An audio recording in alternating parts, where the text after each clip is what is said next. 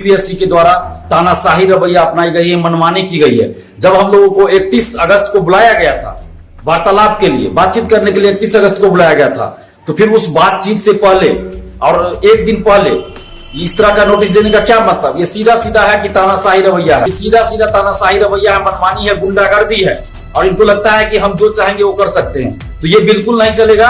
हम लोग इसको बर्दाश्त नहीं करेंगे। और कल यानी कि 31 अगस्त को अब बीपीएससी ऑफिस जाने से कोई फायदा नहीं है, क्योंकि जब बीपीएससी हम लोगों से बात करने से पहले ही नोटिस जारी कर दिया तो अब बीपीएससी के अध्यक्ष से मिलकर कोई फायदा नहीं। जिस आदमी का कोई भरोसा नहीं है, जो कभी कुछ बोले, तो उस आदमी से मिलकर क्या करेंगे? 31 अगस्त को आप सभी लोग सुबह 10 बजे पटना कॉलेज गेट पे आइए और कल हम लोग पटना बंद का आह्वान करते हैं। कल पूरा पटना जितना भी कोचिंग संस्थान है सभी कोचिंग संस्थान बंद रहेंगे बताया गया था।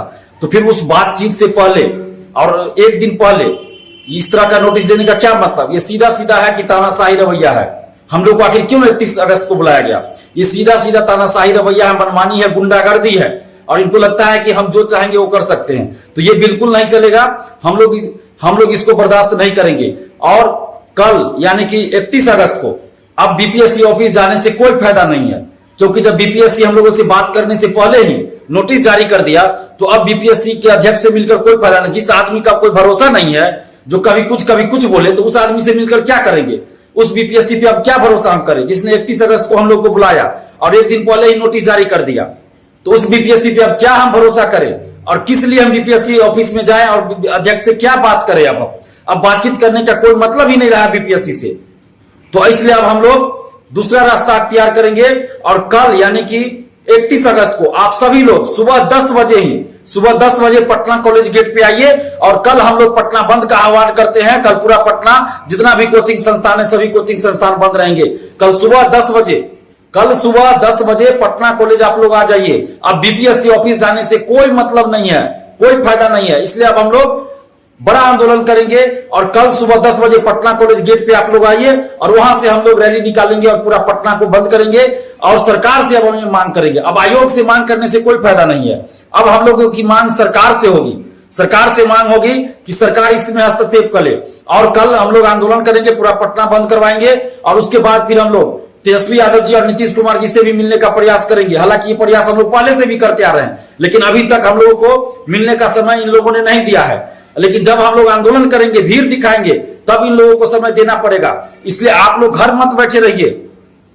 आप लोग अगर घर बैठे रहिएगा तो इसी तरह बीपीएससी मनमानी करेगी। आप सोचिए कि आंदोलन से पहले एक दिन पहले जब बीपीएससी ऑफिस में हम लोग को 31 अगस्त को जाना था और बीपीएससी के बीपीएससी के अध्यक्ष महोदय ने ही हम लोग को बुलाया था और 31 अगस्त को जाना था, तो 31 अगस्त से ठीक एक दिन पहले इस तरह का नोटिस देने का क्या मतलब है? ये सीधा सीधा है कि स्टूडेंट्स की एकता को तोड़ना, ताकि स्टूडेंट्स आंदोलन में नहीं आए और अपनी मनमानी करना, गुंडागर्दी करना।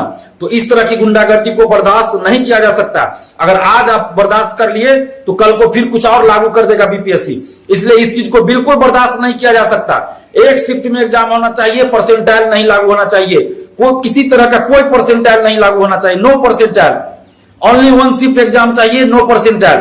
और ये सिर्फ और सिर्फ शिक्षा माफियाओं के दबाव में आकर ऐसा किया जा रहा है। शिक्षा माफियाओं की गिरफ्त में है बीपीएससी भ्रष्टाचार का अड्डा बन चुका है और इस शिक्षा माफियाओं की सलाह पर इस तरह का जो है सो नोटिस दिया गया है। और शिक्षा माफिया ही चाहते हैं कि 2 शिफ्ट में एग्जाम हो और परसेंटाइल लागू हो, ताकि आपको रिजल्ट के बारे में कुछ पता ही न चल पाए, वास्तविक नंबर का पता ही न चले कि कितना पे रिजल्ट हुआ है, कितना कट ऑफ किस कैटेगरी का गया है।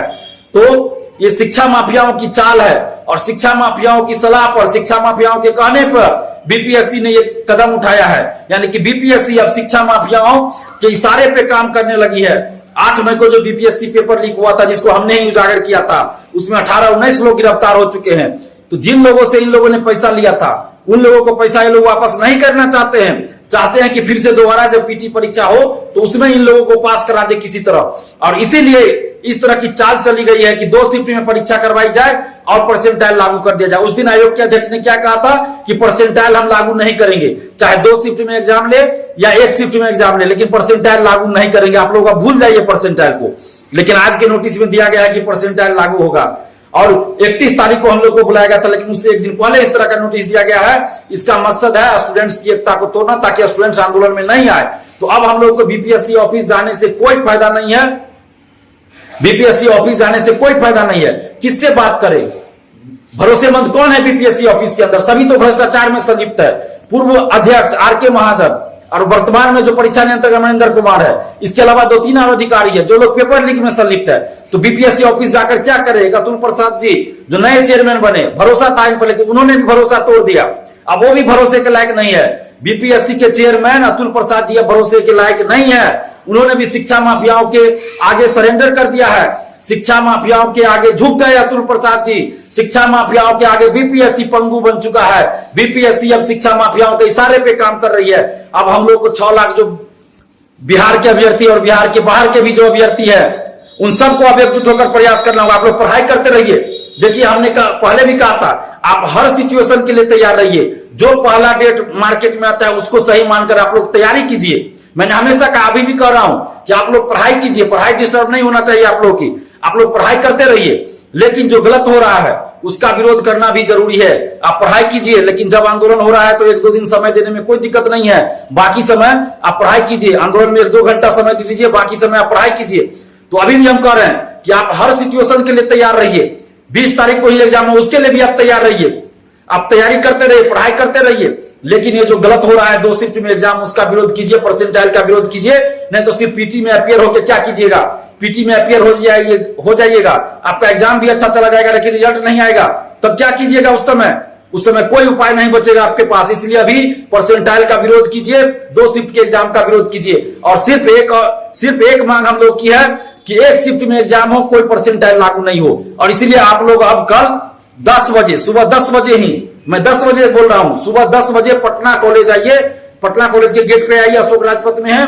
सुबह 10 बजे पटना कॉलेज गेट पे आइए। वहीं से हम लोग मार्च निकालेंगे, सड़क मार्च निकालेंगे और आपस में विचार भी करेंगे। वहीं पे एक मीटिंग भी होगी कि आगे क्या करना है।